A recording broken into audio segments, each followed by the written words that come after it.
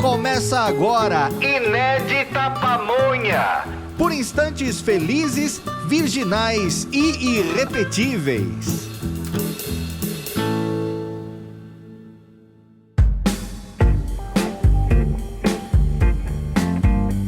Inédita Pamonha. Hoje é quinta-feira, dia de reflexão sobre a vida. Estamos com o patrocínio de Eastman Chemical do Brasil e BNP Paribas Asset Management.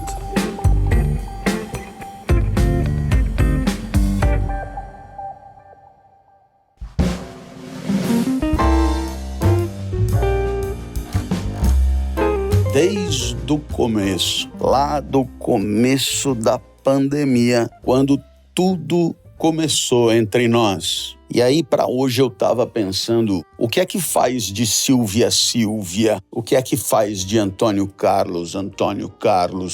Eu não estou perguntando para você o que é uma pessoa, eu estou perguntando das pessoas de carne e osso. Não genericamente, mas concretamente. O que é que faz que você seja quem você é? Aonde está o eu de que você fala tanto? Quando é que esse eu desapareceria? E aí a coisa é complicada.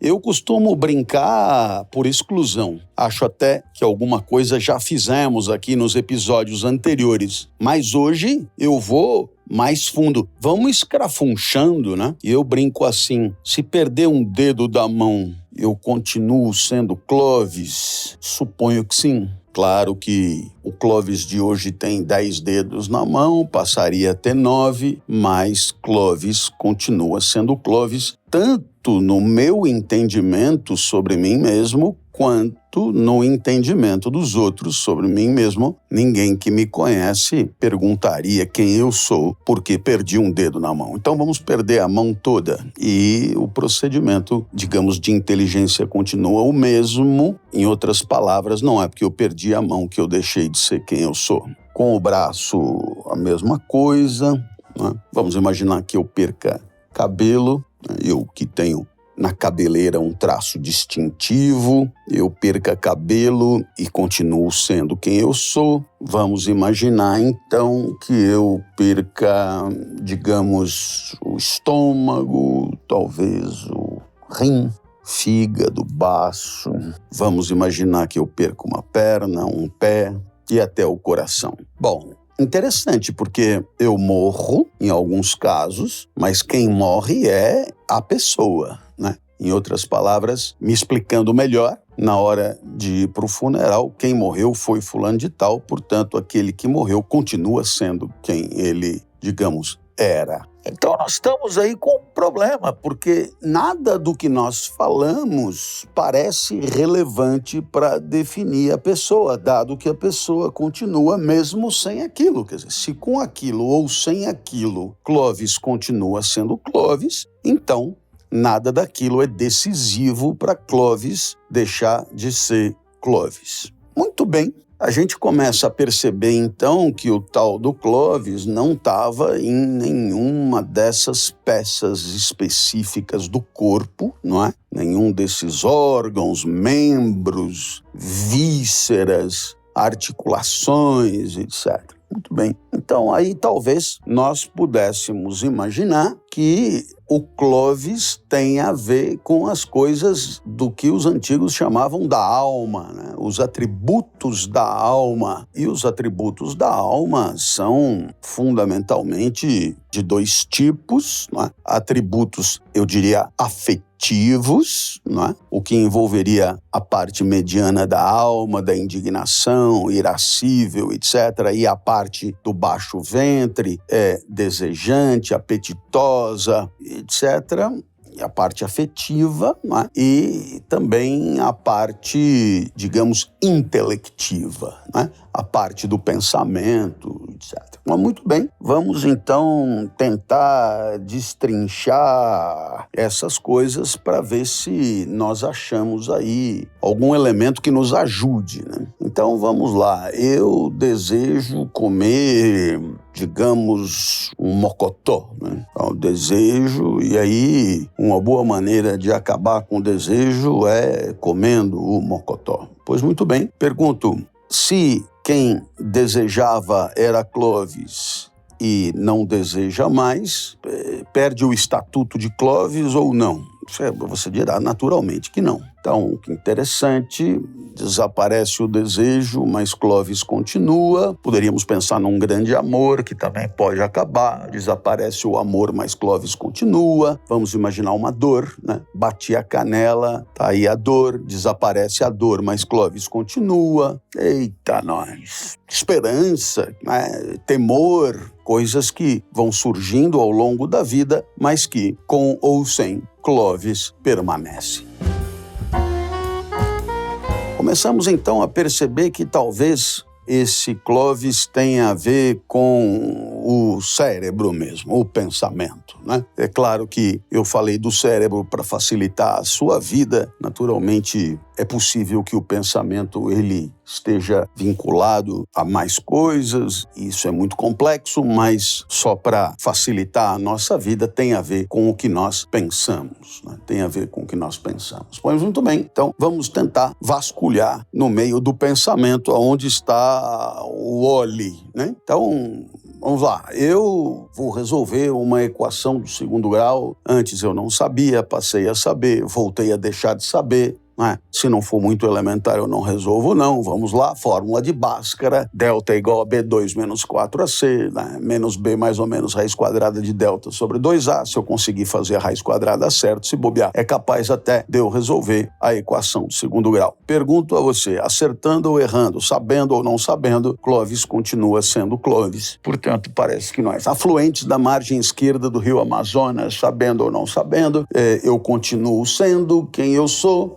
E aí a coisa vai nos angustiando, porque isso valerá para toda a área do conhecimento, mais ou menos filosofia, mais ou menos botânica, mais ou menos física, e continuamos sendo quem nós somos. Então, talvez esteja uma questão específica do pensamento e da intelecção que esse Clóvis esteja propriamente. Nós estamos tentando pensar naquilo que hoje, e já há um certo tempo, se chama de identidade, né? E identidade é alguma coisa que faz pensar em idêntico ao que era antes, faz pensar, portanto, em permanência, faz pensar em alguma coisa que resiste ao longo do tempo, não é? Etc. Então, estamos aí com um problema grave, né? Porque o que será que resistiria ao longo do tempo? Já vimos que, o corpo vai mudando, as células vão mudando e, portanto, apesar disso, continuamos sendo quem nós somos. Alguém argumentará, né, que, no final das contas, se as células elas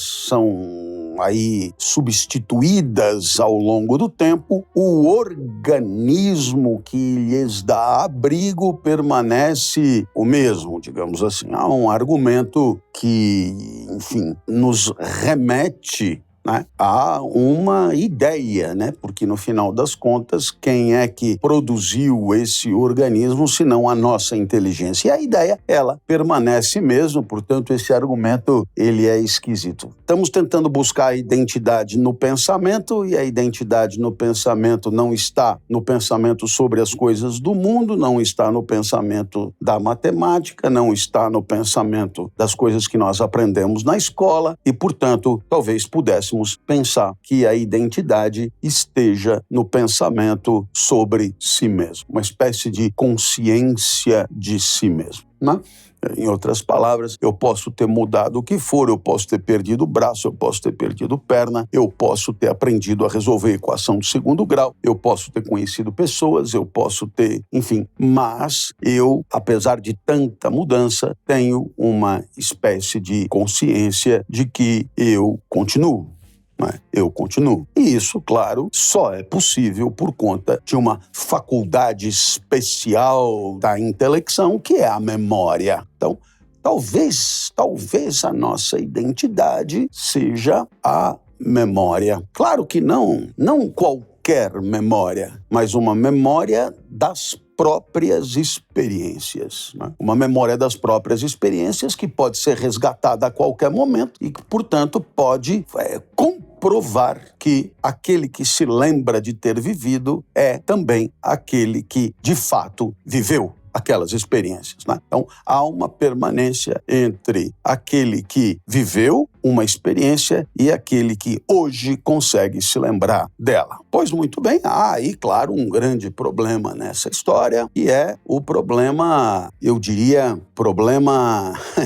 de que nós não nos lembramos de tudo que nos aconteceu. E aí, então, talvez pudéssemos imaginar o seguinte, que alguma coisa nós lembramos lá da mais tenra infância, mas é pouca coisa, então você tem uma capacidade de resgatar coisas que aconteceram bem no começo da vida, mas são poucos. Imagine um fio, então, que te liga daqui até lá no começo. Mas vamos imaginar que você lembrasse mais das experiências com 5 anos quando tinha 10, né?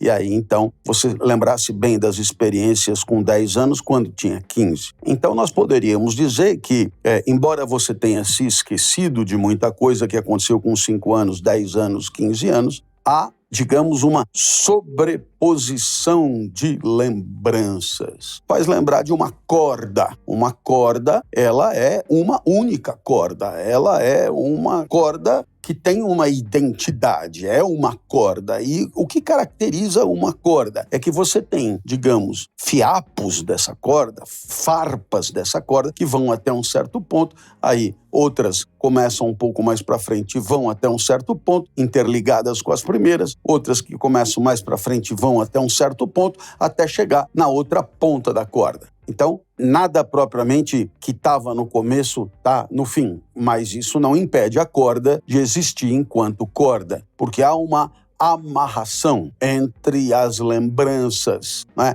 Há uma amarração entre as farpas da corda, há uma sobreposição de tal maneira que a corda possa existir, ainda que nada do seu começo vá até o final.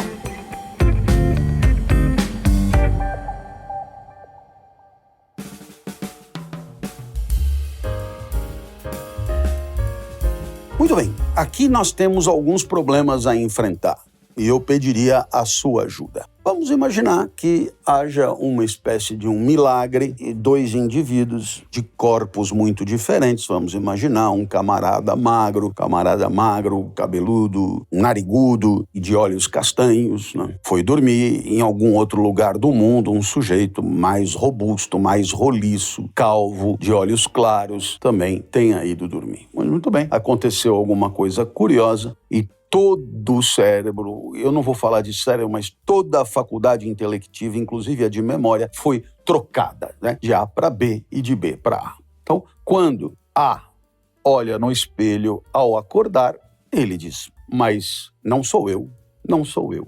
E B é a mesma coisa, não sou eu. Então, olha que interessante, para A e B há uma ruptura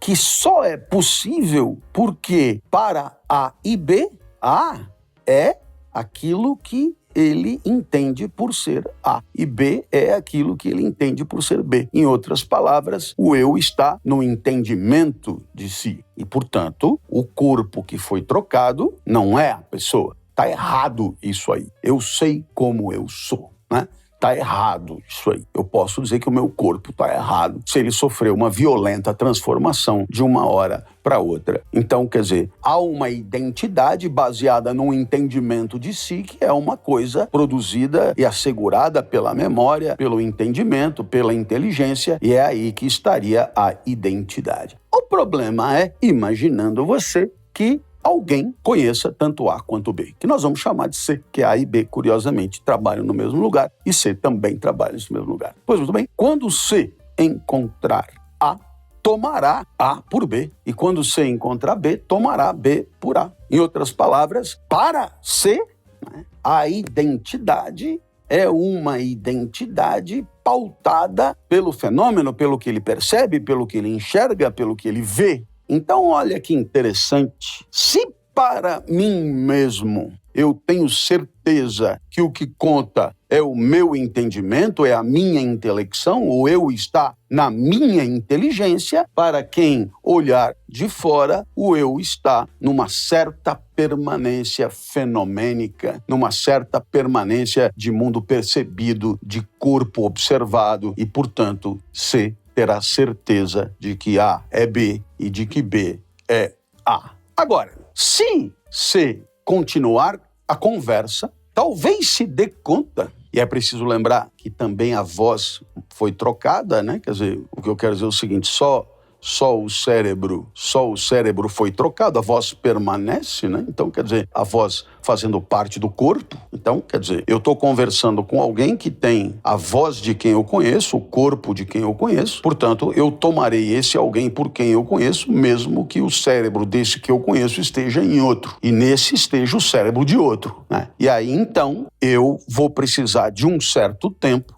para me dar conta de que aquilo que está sendo dito por A não costumava ser dito. Então, há uma incompatibilidade entre o discurso e, mais do que os discursos, as ideias que o discurso veicula com aquilo que é o corpo, aquilo que eu estou percebendo, aquilo que eu acho que é num primeiro momento. Então, talvez pouco a pouco eu comece a me dar conta de que tem algo de errado, né, naquela pessoa propriamente. E que talvez aquela pessoa esteja dizendo coisas que comumente são ditas pela outra e vice-versa.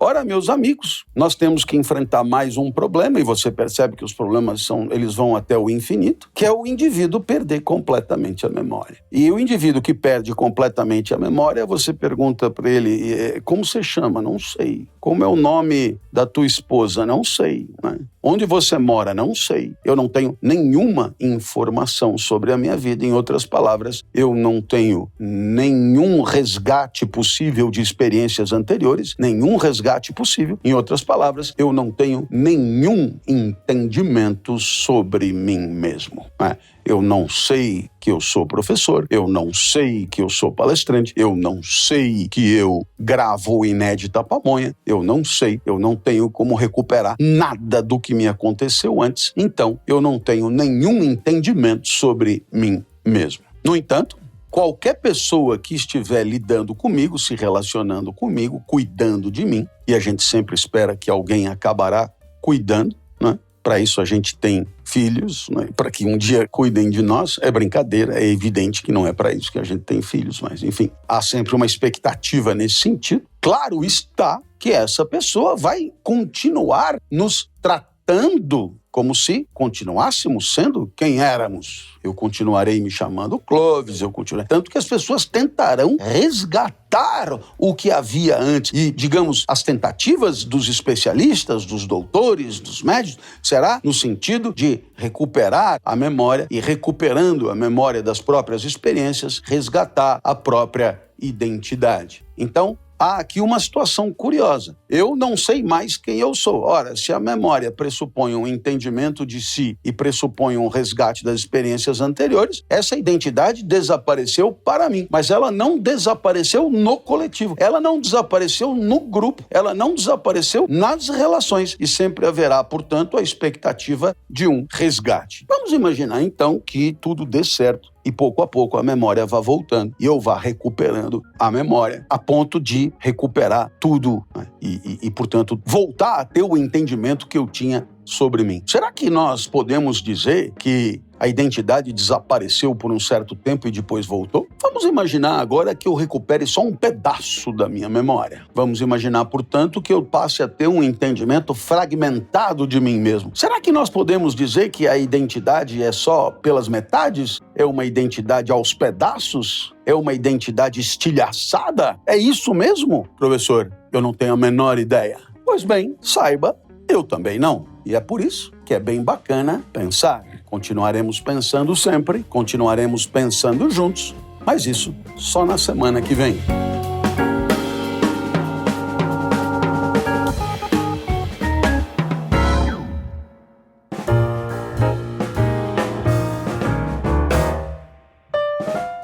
Inédita Pamonha fica por aqui. Oferecimento de Eastman Chemical do Brasil, BNP Paribas Asset Management. E eu queria aproveitar esse minuto final para agradecer demais todos aqueles que nos apoiaram no Prêmio IBEST, a ponto de termos ficado na sessão de votação em primeiro lugar, com o apoio popular, o apoio das pessoas, o apoio dos votos das pessoas. Só ali havia 90 podcasts concorrendo, dentre os estimados mais de 3.000 que haja no Brasil, regulares, consolidados, institucionalizados, digamos assim, e esse apoio popular é impressionante, esse apoio seu é impressionante, sobretudo dado o teor do nosso podcast, as preocupações que o nosso podcast veicula. É realmente muito significativo e muito tocante para mim. Só me resta encher o coração de gratidão e manifestar essa gratidão a você. Até a próxima e se você gostou, quinta que vem tem mais. Valeu!